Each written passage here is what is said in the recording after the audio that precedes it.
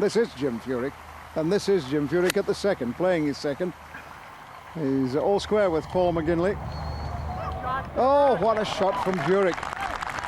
This is exactly what he did against Nick Faldo at Valderrama in 1997. Peppered the stick with approach shots. Chance to go one up there for the American. Paul McGinley misses a putt there, so 2 down now against Jim Furyk. He's got plenty of work to do.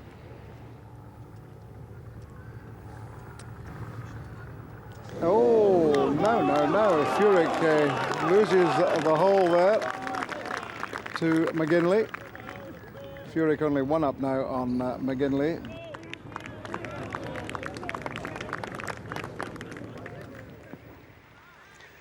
Paul McGinley reversing the fortunes on 10 in his match, so he gets 1 back, and there's the smile. So just 1 down now to Jim Furyk.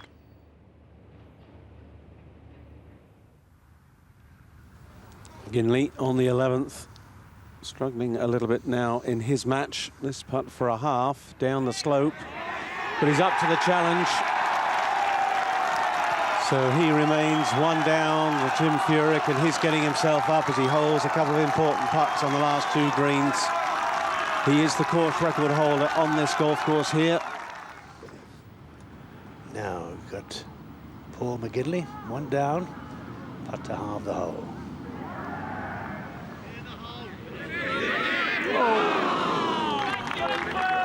Just got to control the adrenaline, haven't you? It's a shame, unfortunately. 2 down to Furyk.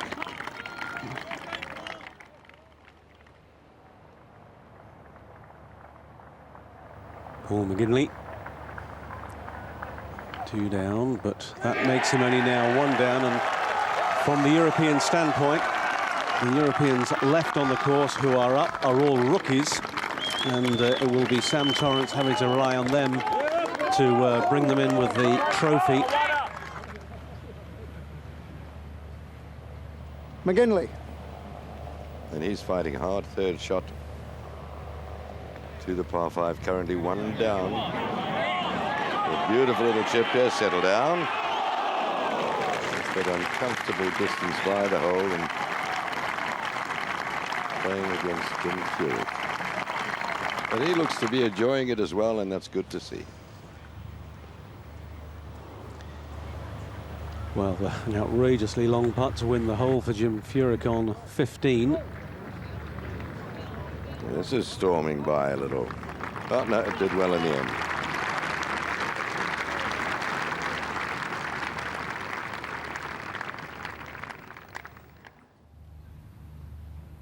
This is McGinley for a birdie. Clutch putt for him, really. Furyk's already pretty close to the hole. No. Go. Yes, just enough pace. Looked for a minute as if he'd hit it to fraction soft. I thought it was going to wobble and miss on the right-hand side there. I'm happy for McGinley that it went in. Furyk for the half at the par 5, 15th. No mistake. And remains 1 up on Paul McGinley. 3 holes to play.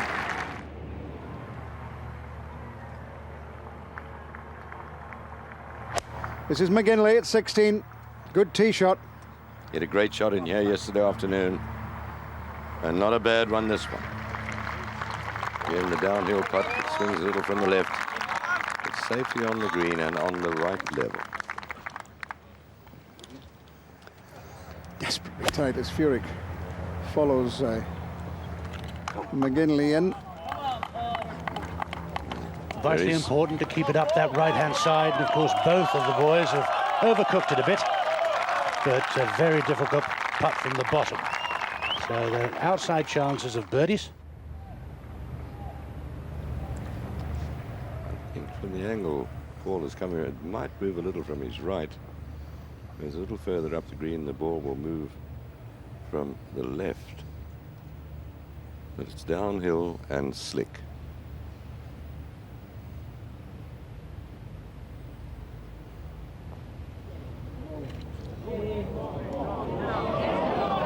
run.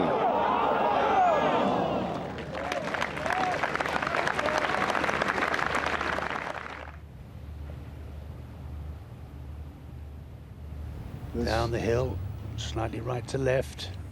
Very easy to allow it to go too far, as he has done. He's given it a little bit too much, and he's got himself another little 4-footer.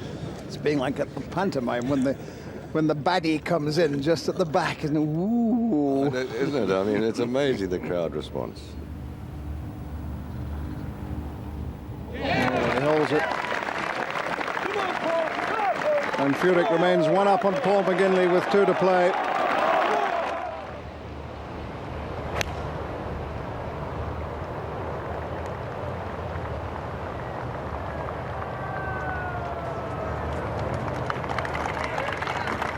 Furyk playing his second shot to the 17th. McGinley's third shot coming up at 17. Remember, he was in the trees off the tee. Well, he's done well to move his second to here then.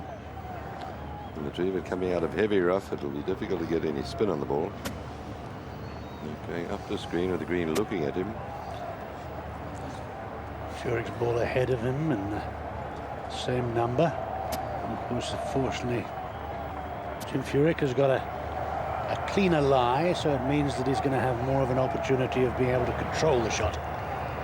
Can you manage to shut out the noise, you know, if you're playing? Oh, yes, you can. Total concentration. McGinley's third at 17. A bit. Go on. Well played. Well, Ogden knows he'd better. I mean, Furyk knows he better make 4. Furyk's third at 17.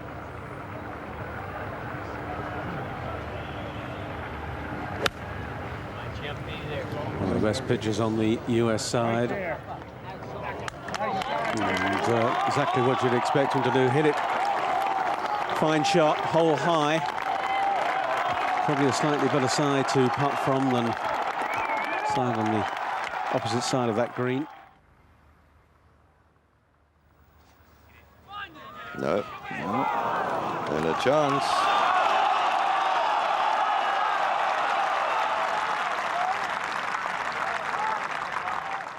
Here's McGinley at 17 to win the hole and square the match with Furyk, and he's done it. It's a fighting putt by McGinley, and maybe you heard the roars from behind, realising that Mickelson, for the first time in singles history, has been beaten in a Ryder Cup. What a marvellous performance for Price, and a great putt there from McGinley.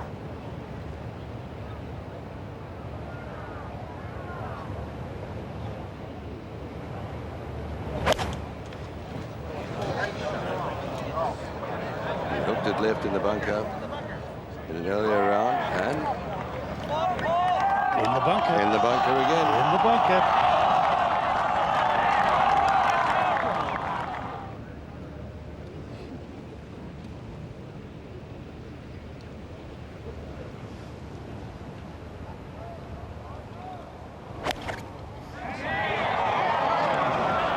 Is it turning back into the green? No, turned too far. Well, 10 times. What a difficult pitch he has from there.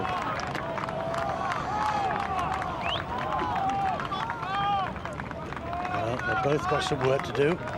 And in the situation as it is,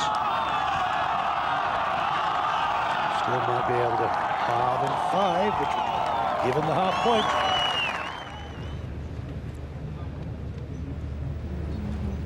Such an important chip now, trying to play the high one. So much depends on where it pitches coming down into that slope, and he's played a pretty good shot, Paul McGinley. Again, needed another yard. Left the door ajar, though.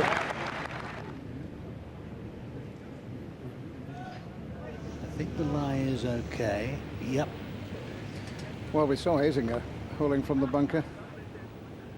We couldn't see Furyk doing the same thing, could we? Maybe. Oh, my gosh. My gosh. Little unlucky.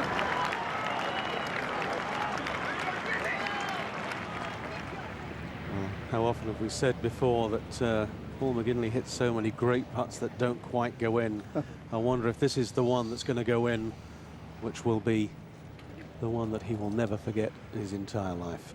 Europe need 14.5 points to win the cup back. They've got 14 at the moment. This is for the half point.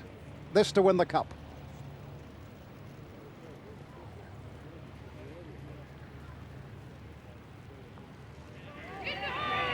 It's hold it. Europe have won back the Ryder Cup. Paul McGinley from Dublin has got the half point that was needed to ensure that Sam Torrance and his team win back the cup after 3 years. Magic moments here at the 18th. And it doesn't matter what Tiger Woods and Parnevik do now in that last game. 2 games still on the golf course, but Paul McGinley, and what a moment for him. I am so happy for Paul McGinley, and I think we all are. The rookies at the end have proved equal to the task. The top men for Europe made the points that were required at the beginning, but at the end it was the rookies who needed to perform, and Philip Price and Paul McGinley. I said all along, rookies purely in the Ryder Cup sense, but not rookies, and you can see the emotion, how difficult it was for them, and the joy that they've given each other. To watch another Ryder Cup video, click here and subscribe here.